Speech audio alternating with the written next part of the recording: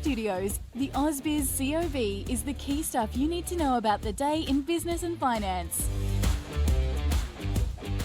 G'day and welcome to the COB here at AusBiz. I'm Andrew Gagan. Thanks for joining us as we wrap up this Monday. Bit of a strange old day on the equity market. Let's take a look at where we're finishing up. On the CBO 200, up around 1/5%. However, on the S&P ASX 200, it is flat at the moment. Investors, traders perhaps just trying to work out what comes next.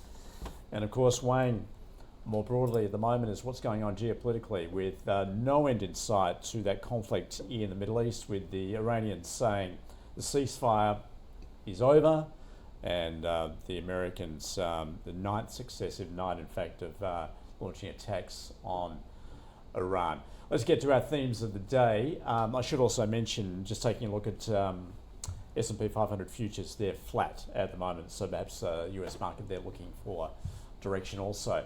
So energy ignition, that's certainly as a result of those higher oil prices, given what is transpiring in the Middle East at the moment, with the Strait of Hormuz essentially remaining closed. South 32 shining, it exceeded 2026 production guidance. And earnings extravaganza, a raft of key earnings results out of the States this week, among them Amazon, Tesla, a number to get across, particularly in terms of what we're seeing with AI and that trade, and well, a little bit of investor nervousness certainly there. Let's catch up with the sectors, those that have moved today. I mentioned energy. Given where those oil prices are going at the moment, that has lifted the broader energy sector, in particular the locally listed one, with the likes of Woodside and Karoon doing well today. Tech, that has gone in the opposite direction, led by losses there in WiseTech, Xero and Life360. And gold also under further pressure, with losses across the board, aside from Ramelius, but more generally, given what we're seeing with the gold price struggling at around $4,000 US. All right, let's catch up with the top stories of the day. Wesfarmers expanding its partnership with Google Cloud to accelerate the use of AI and data analytics across its retail businesses. As I mentioned there, South 32 reporting lower fourth quarter copper production, but did exceed FY26 production guidance across its other key operations, with quarterly sales volumes rising 15%. Fletcher Building is securing up to 60 million Kiwi dollars in government funding to support operations at New Zealand's only cement manufacturing plant through to at least 2040. DPLO, it's awarded $34 million in construction and contracts for its flagship uranium project in Namibia, ahead of a final investment decision expected later this year. And Coast Entertainment securing approval for a 55-hectare mixed-use development at Coomera on the Gold Coast there, alongside its Dreamworld theme park. EQ Resources saying Andrew Forrest investment vehicle will acquire a close to 17% stake in the tungsten producer from Oaktree Capital Management. Excuse me. So let's get across what is moving markets at the moment. To do that, we are joined by David Scutt from StoneX. Scutty, welcome back to you. You've had a week off, so you've come back, you've taken a look at what's moving markets at the moment. What are you most keen on in terms of the charts to watch? G'day, Andrew. It's great to be back, and I've got to say it was a very short week, and pretty much picking up where I left off. One thing that came across today when I was just getting up to speed to go into our internal sales meetings and things like that was just like some of the narratives that have been going around to explain what exactly has been happening over the past week. And there's so many conflicting reports, but when I went to the charts, the story is much more easy to understand. So I thought that's what I'd actually go and look at today. Because when you put into the broader mix at the moment, we have very elevated real yields. We have risk off nominal yields in the United States going and hitting fresh highs.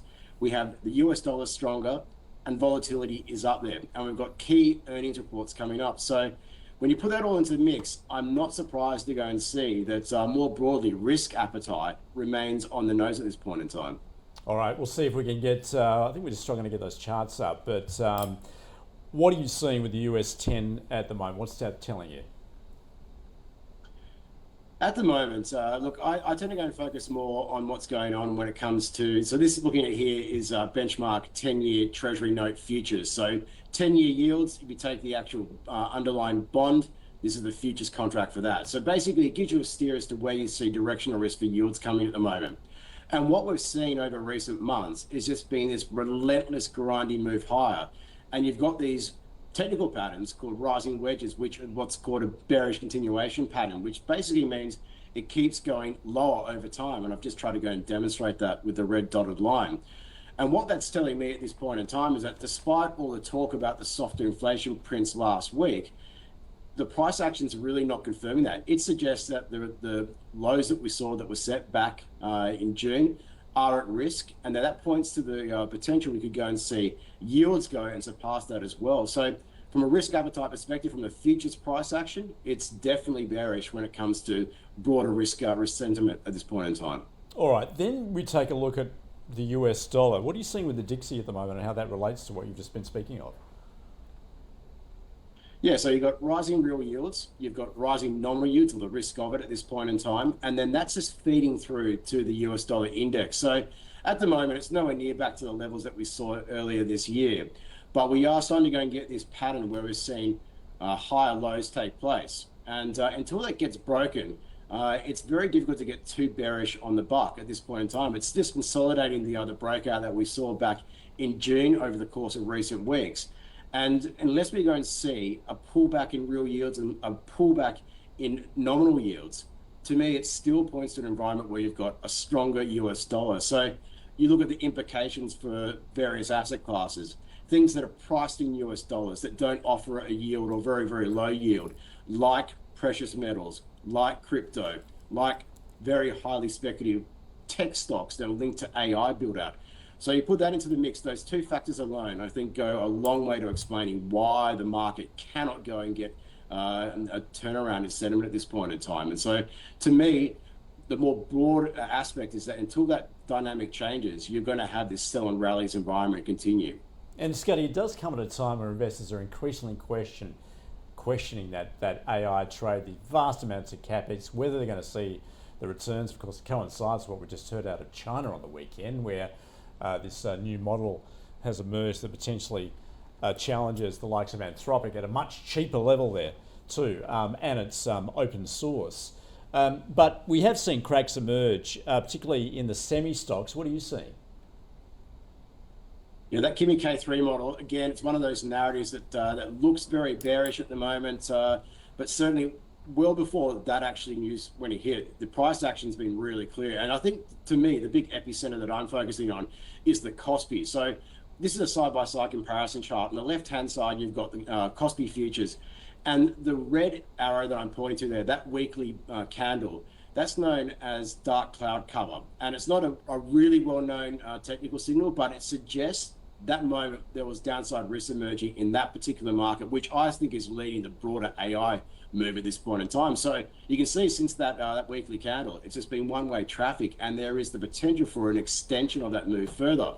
Then you look at the SOX index on the right-hand side, and you've got a blue candle there, and that on the weekly chart was a bearish key reversal candle. So again, another one of those technical signals that warned about risk coming through in these markets. So despite Kimi K3, despite TSMC, like all these different conflicting narratives about the build out and everything else, the price action right now in those two markets is being very, very instructive, and particularly in Korea is where I'm watching at the moment.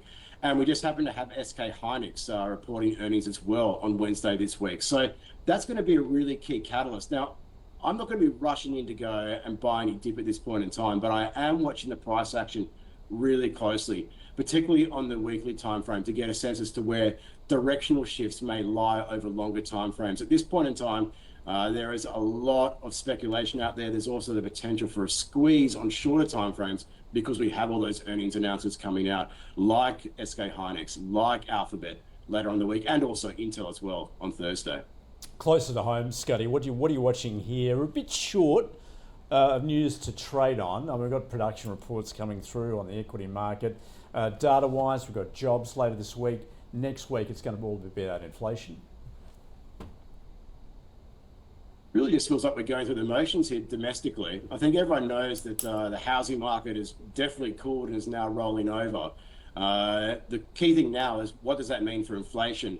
And so the one area that could go and determine how the RBA responds and whether they go and continue to go and act upon that tightening bias that's still in place at this point in time is the labour market. So I think from a directional perspective, more broadly, it's going to be international factors that will go and influence what happens with the Aussie dollar and what happens with the likes of the ASX. But for me, it's much more important at this point in time is what happens with the labour market. We've got roughly around about a 20% probability priced in that the RBA will go and lift rates at its meeting next month. That will likely change significantly, in my opinion, depending on how that labour market report prints on Thursday and what happens with the crude price at the moment. We know that at this point in time, we've got Brent crude now banging on the door. It's actually just exceeded $90 a barrel. That's been a pretty key level, a pivot point earlier this year. So we see that continuing to go rise as well. That's going to heap pressure on the RBA to continue lifting rates, despite what are some pretty obvious catalysts out there that suggest that maybe downside risks are starting to emerge when it comes to economic activity and with it eventually inflation. Scotty, always great to get across what you're seeing on markets. Enjoy your week. Thanks for joining us from StoneX. You too, mate. Take care. That brings us to our stock of the day. It was EQ Resources. Now, shares having skyrocketed as Fortescue founder Andrew Forrest acquired a 17% stake in the company through an investment vehicle. To get across what they think, we're joined by our experts, David Bird from Mastering the Markets and Luke Larrative from Seneca Financial Solutions.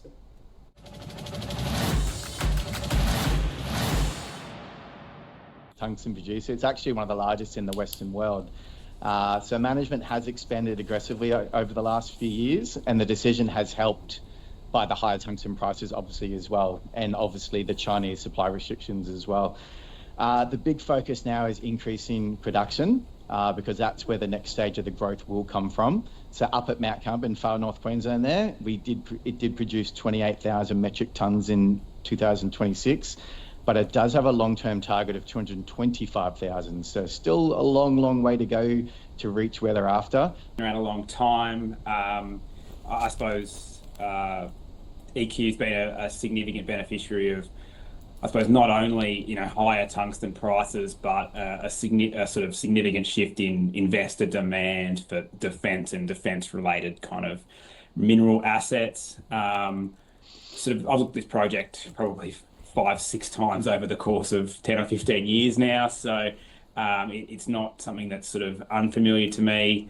Normally, and it was sort of the same in lithium when Gina went and bought Azure Minerals. All